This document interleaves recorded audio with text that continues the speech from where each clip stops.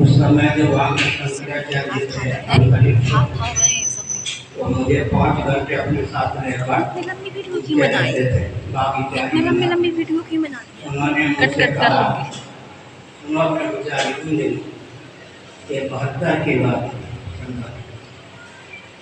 अगर सरकार का विरोध करूँगा, धन मान का हरण हो जाएगा।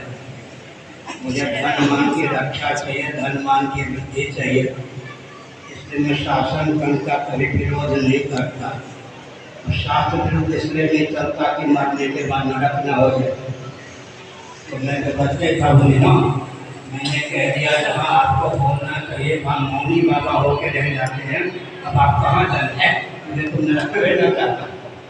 इसका मतलब शंकराचार्य का दायित्व है सबके हित का ध्यान रखते हुए बोलना चाहिए। अनुपेतरम वाक्यम सत्यम प्रीतम जयत, वाणी में सत्य हित का सन्निवेश हो, 4 को होना चाहिए।